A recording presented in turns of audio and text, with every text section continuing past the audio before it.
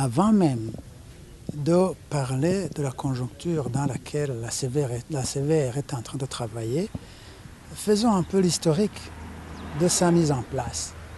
D'abord, l'accord d'Arusha pour la paix et la réconciliation prévoit que les mécanismes de justice transitionnelle, j'entends par là la CVR et le tribunal spécial, ont pour rôle essentiel de faire éclore la vérité, de promouvoir la justice et enfin la réconciliation, sans oublier la réparation même.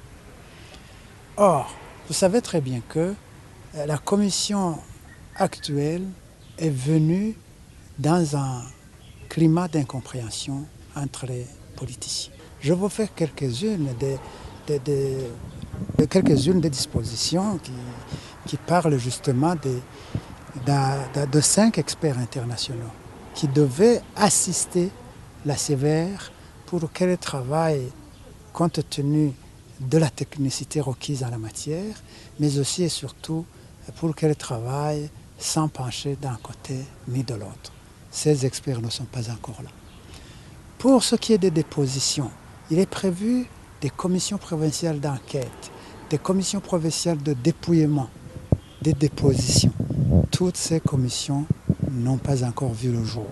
Parce que justement, la communauté internationale qui n'a pas confiance dans les institutions actuelles ne donne pas les moyens qui étaient prévus au fonctionnement de la CVR. C'est pour cela toutes ces structures qui étaient prévues par cette loi, bien que critiquables dès le départ, ne sont pas toujours là. Troisième entorse, c'est justement cette conjoncture dans laquelle elle travaille. C'est une crise grave qui s'écoule au Burundi depuis l'annonce de la candidature de Pierre Nkurunziza au 3e mandat en violation de l'accord d'Arusha et de la Constitution. Beaucoup de gens ont fui le pays, d'autres sont morts, d'autres gisent en prison.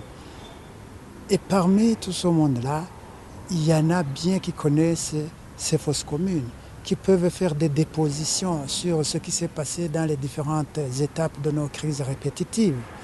Alors, consacrer un travail de la CVR dans ces circonstances, c'est finalement ignorer une partie de la population. Et c'est finalement trahir la vérité qu'on recherche à travers le travail de la CVR. C'est une troisième entorse.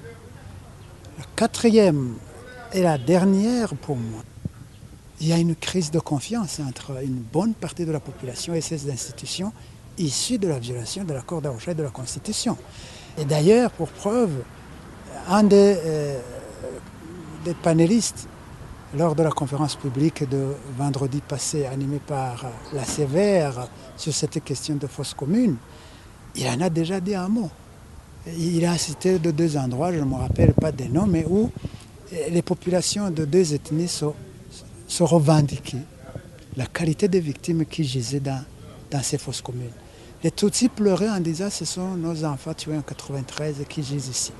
Les Hutus disaient non, ce sont des Hutus de 72. Alors, l'administration va faire pencher la balance dans le sens où l'on veut le CNDD-FDD. Et c'est ça qui va dénaturer le travail de la CVR. Et vous savez que l'appareil politico-administratif, la police, la jeunesse Imbonerakure travaillent main dans la main avec le parti au pouvoir. Et comme justement ces structures qui étaient prévues ne sont pas disponibles pour se rendre sur terrain, finalement la vérité qui sera dite par la commission sera la vérité du CNDD-FDD. Ce ne sera pas la vérité des Burundais.